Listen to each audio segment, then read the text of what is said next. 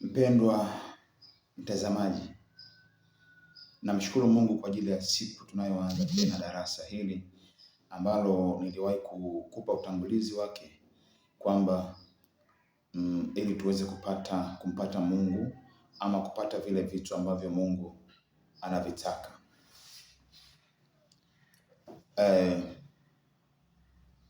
Vile vitu tunavyovitaka sisi kwa Mungu hatuwezi kuvipata pasipo toba ya kweli. Toba ndio njia sahihi ya kumpata Mungu. Toba ndio kitu pekee kitakachosababisha umuone Mungu kwenye maisha yako, uone nguvu za Mungu kwenye maisha yako na upate majibu ya maswali ulionayo kwenye maisha yako. Iwe ni kwenye uchumi, iwe ni afya, iwe ni familia, iwe ni agano la mume mke ama kichwa na kanisa, iwe ni shambani, iwe ni mahali popote.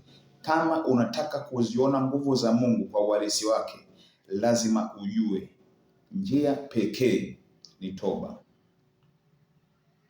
Kama huna toba, huwezi kumpata Mungu. Moyo wenye toba ndio unaopokea haki ya kupokea vitu vya ufalme wa Mungu.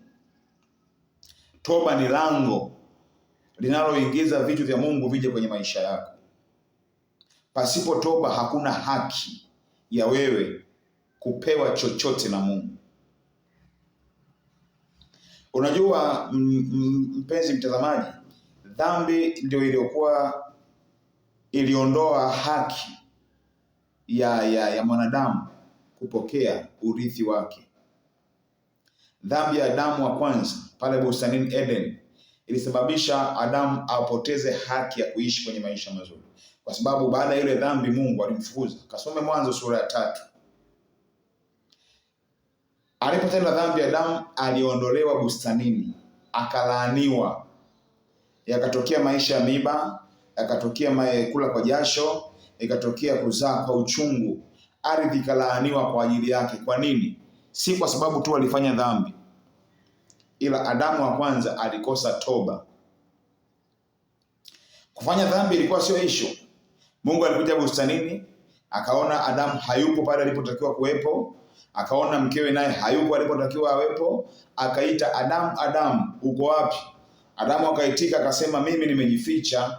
Akamuuliza, kwa nini umejificha? Akasema, kwa sababu mimi niko uchi. Akasema, nani amekwambia kwamba uko uchi? Au umekula yale matunda aliyokuagiza usiale? Akasema, mwanamke uliyenipa ndiye alisababisha nikala hayo matunda. Adamu angetubu, Mungu angemsamehe. Adamu angemwomba Mungu msamaha, Mungu angemsamehe. Na pengine asingefukuzwa kwenye bustani, lakini Adamu wa kwanza alikataa kutubu, akajihesabia haki. Kosa alilofanya akapeleka kwa mwingine. Mwanamke naye alipoulizwa na Mungu, naye hakutubu, akapeleka kosa kwa nyoka. Kukosa toba ndio kosa kubwa kuliko kosa lenyewe. Mpenzi mtazamaji wangu, maovu yanatufarakanisha sisi na Mungu.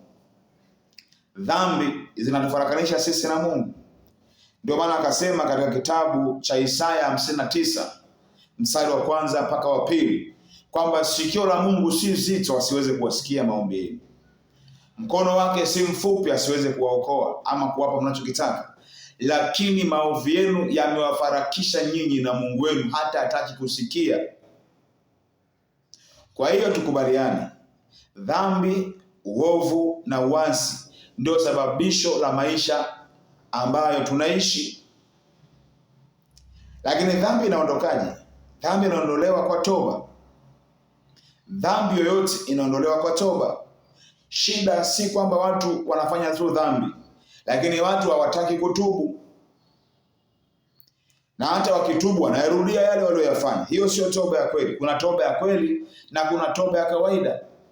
Toba ya kweli ni kugeuka na kubadilika, kuacha dhambi, uovu na uasi, kuachana na njia mbaya, kupita kwenye njia ambayo Mungu amekusudia kupita. Kwa hiyo tukubaliane hapa leo kwa ufupi katika